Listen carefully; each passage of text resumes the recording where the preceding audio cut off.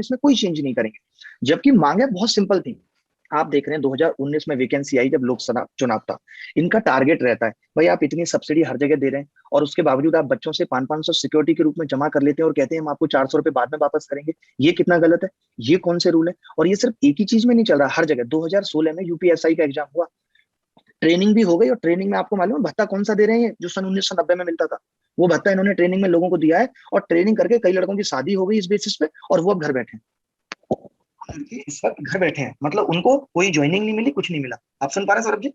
जी बिल्कुल। तो उनको अभी तक ज्वाइनिंग नहीं मिली, कुछ भी नहीं होता। हर एग्जाम की यही कहानी है, हर एग्जाम में, कि ये 3-4 साल खींच के अब इनका क्या प्लान है, इन्होंने आधे बच्चे लिए। अब ये क्या करेंगे, इन आधे बच्चों में घुमा फिरा के ज्वाइनिंग देने के बाद फिर से ये वैकेंसी 2024 में बन के खड़ी हो जाएगी कि रेलवे में बम्पर वैकेंसी, हम दे रहे हैं घर घर रोजगार। तो ये सिर्फ ऐसा लगने लगा है कि अब सिर्फ चुनाव के नाम पे ही वैकेंसी आएगी। शायद आज ये मामला भी सॉर्ट आउट नहीं होता उतनी जल्दी, अगर ये चुनाव ना होते इतने राज्यों में। और फिर भी क्या सॉर्ट आउट हुआ, इन्होंने कमेटी बना दी। जब रेल मंत्री को सारी बातें समझ में आ गई, जैसा उन्होंने कहा है सुशील मोदी जी ने, और वो हर बात पे एग्री हो गए, तो फिर तो उनको सीधे नोटिफिकेशन निकाल देना चाहिए था कि भाई 5 दिन के अंदर, 10 दिन के अंदर रिजल्ट आ जाएगा। फिर किस कमेटी की जरूरत थी? आप एक तरफ कह रहे हो कि नोटिफिकेशन में हमने लिखा था कि 20 गुना विद्यार्थी लेंगे, हमने 20 गुना लिया है। आप इतने रिजिड हो गए नोटिफिकेशन पे को लेकर। नोटिफिकेशन में तो जो डेट लिखी थी उस पर आपने एग्जाम लिया नहीं लिया। आप बच्चों की फीस 2.5 साल तक रखे बैठे रहे, उस पर आपने इंटरेस्ट लगा के दिया नहीं दिया। आपने ग्रुप डी में बोला था CBT 1 लेंगे, आपने CBT 2 इंट्रोड्यूस कर दिया बीच में, तो कहाँ लिया? तो नोटिफिकेशन पे तो आप चल ही नहीं रहे। जहां आपको अपनी सहूलियत लगती है आप कहते हैं हम नोटिफिकेशन के हिसाब से हैं। और ये बात सही है। देखिए, जो बच्चा IAS की भी जॉब में, अगर हम देखें UPSC में भी, तो जो बच्चा प्री एग्जाम में सिर्फ 1 नंबर कम ला रहा है, आप उसे ये नहीं कह सकते कि वो उस लायक नहीं है। क्या पता वो मेंस में बेहतर प्रदर्शन कर दे। तो संस्थाओं का ये काम होना चाहिए कि ज्यादा से ज्यादा बच्चों को मौका मिलना चाहिए, तभी तो हेल्थी कंपटीशन होगा। और ये किसी चीज पे ध्यान नहीं दे रहे आप सौरभ जी। देखिए 85% कट ऑफ गई है, 100 में 85 नंबर, बच्चा 99 लाए, किन्हीं किन्हीं एग्जाम में 90% कट ऑफ जा रही है। इसका मतलब आपके पेपर बनाने वाले दुरुस्त नहीं है। ऐसा कैसा पेपर बना दे रहे हैं कि 90 नंबर बच्चा ले आ रहा है? हेल्थी कंपटीशन हो ही नहीं पा रहा। अब आप सबसे ABCD पूछने लगोगे और ABCD के आधार पर सिलेक्शन करोगे, तो ये डिसाइड करना मुश्किल हो जाएगा किसको लेना है किसको नहीं। तो ये हर चीज में ही ठीक तरीके से नहीं चल रही चीजें। ना एग्जाम ठीक से हो रहे हैं, ना उनके पेपर का लेवल ठीक है, ना वो टाइम पे हो रहे हैं। जबकि 130 करोड़ जनता 2 महीने में लोकसभा चुनाव खत्म हो जाते हैं, आप सोचिए।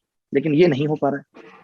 इस पे वो कह रहे हैं कि बहुत प्रेशर है, अभिनय भाई। जबकि हम शिक्षक हैं। हमारे 150 में एक, या कोई दो, या लाखों में कोई 2-4% मिलेंगे जो खराब कहें, वरना सब चाहने वाले हैं। तो ना तो हमारी वो दिशा है कि हम प्रोटेस्ट से ये चाहते हैं कि हमें नेता बनना है।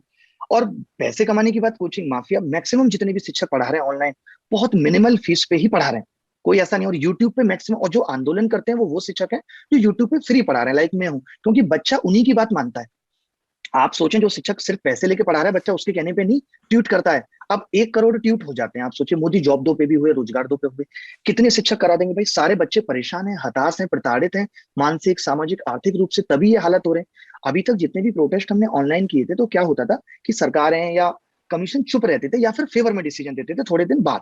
जैसा कि SSC में UFM कराया, नॉर्मलाइजेशन हटवाया, ये सारी चीजें की। इस बार क्या हुआ कि जैसे ही प्रोटेस्ट हुआ, तो रेलवे ने सीधे से आके कह दिया कि हम चेंज नहीं करेंगे। वो रेलवे वहां पे रिजिड हो गई।